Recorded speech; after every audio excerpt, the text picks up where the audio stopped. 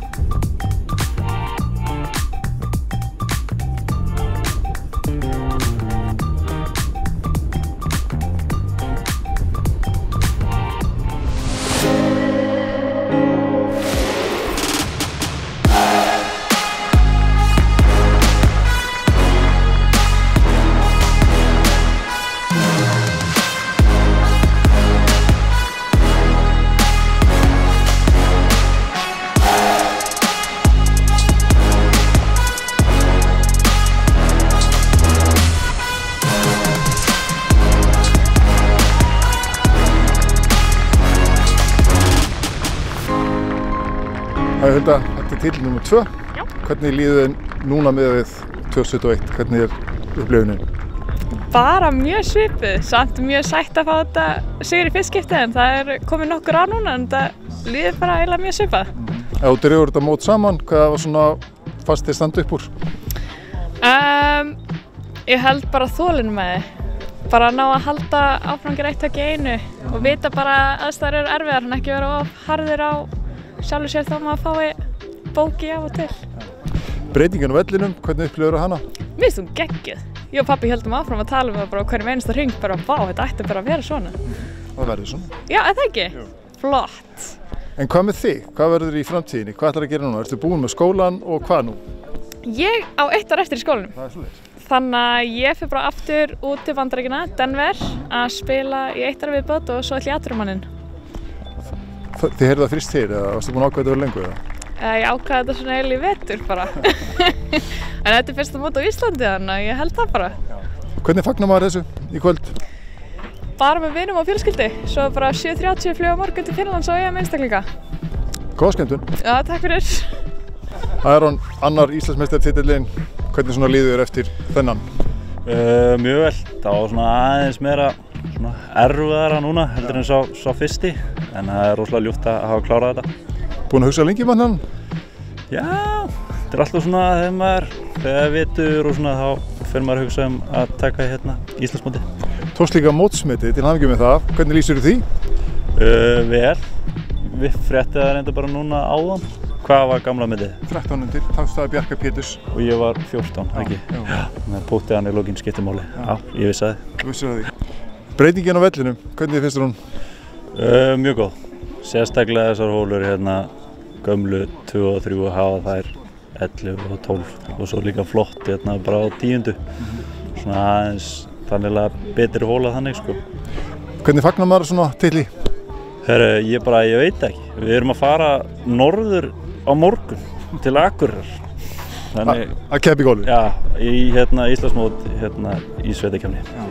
Til hamingju. Takk fyrir það.